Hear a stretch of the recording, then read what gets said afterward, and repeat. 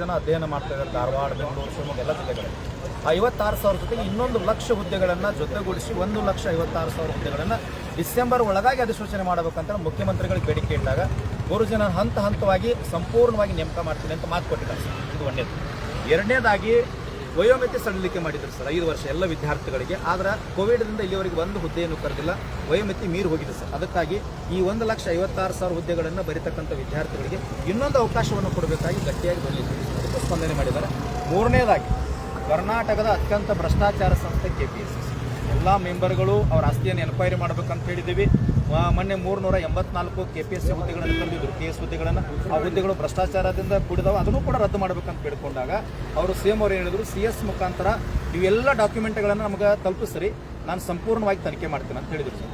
ಉದಾಹರಣೆಗಾಗಿ ಕೆಲವೊಂದು ತಮ್ಮ ಮುಂದೆ ಹೇಳ್ತೀನಿ. PDO ಸಿಂಧನೂರು ಒಳಗೆ 1 ತಾಸು ಲೇಟ್ ಮಾಡಿ ಕ್ವಶನ್ ಪೇಪರ್ ಲೀಕ್ ಮಾಡಿ ಓಪನ್ ಮಾಡಿ ಒಳಗೆ ತಂದು ಕೊಟ್ಟಾರೆ. ಅದರ ವಿರುದ್ಧ ಹೋರಾಟ ಮಾಡಿದಂಥವ್ರ ಮೇಲೆ ಕೇಸ್ ಆಗಿದೆ.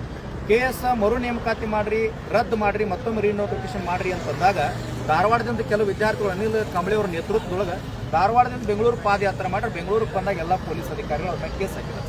ಆ ಕೇಸನ್ನು ನೀವು ತಕ್ಕೋಬೇಕು. 90,000 ಶಿಕ್ಷಕರ ಹುದ್ದೆಗಳ ಖಾಲಿದು, ಅದನ್ನು ನೇಮಕ ಮಾಡ್ಕೋಬೇಕು.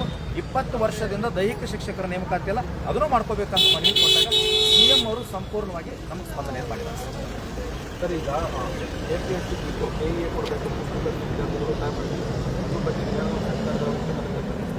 100% ಗಮನಕ್ಕೆ ತಂದೀವಿ ಸರ್.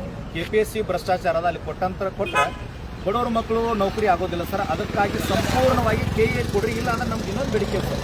KPSC ಮೆಂಬರ್ಗಳನ್ನು ಅಮಾನತಿನಲ್ಲಿಟ್ಟು ನಿವೃತ್ತ ನ್ಯಾಯಾಧೀಶರ ನೇಮಕದೊಳಗೆ ಮುಂದಿನ ಎಲ್ಲ ಹುದ್ದೆಗಳನ್ನು ಅವ್ರ ನೇಮಕಗಳು ಕರೀಲಿ ಅಂತ ಮನವಿ ಸ್ಪಂದನೆ ಮಾಡಿದ್ದಾರೆ ಸರ್ ಅವರು. ಮತ್ತು ಇನ್ನೊಂದು ಹೇಳಿದ್ದಾರೆ, ತನಿಖೆ ಮಾಡಿಸ್ತೀನಿ, ಏನಾದರೂ ತನಿಖೆಯೊಳಗೆ ಅವರು ತಪ್ಪು ಮಾಡಿದ ಕಂಡು ಬಂದರೆ ಎಲ್ಲರೂ ಹೊರಗೆ ಹಾಕ್ತೀನಿ ಅಂತ ಮಾತಾಡ್ತಾರೆ. ಇದಿಷ್ಟು ಶಶಿಕಾಂತ್ ಗುರೂಜಿ ಅವರ ಮತ ಇದಾಗಿದ್ದು, ಸರ್ಕಾರ ಹಂತವಾಗಿ 56,000 ಹುದ್ದೆಗಳನ್ನು ಭರ್ತಿ ಮಾಡೋಕ್ಕಾಗಿ ನಮಗೆ ಈಗಾಗಲೇ ಸ್ಪಂದನೆ ಮಾಡಿದೆ.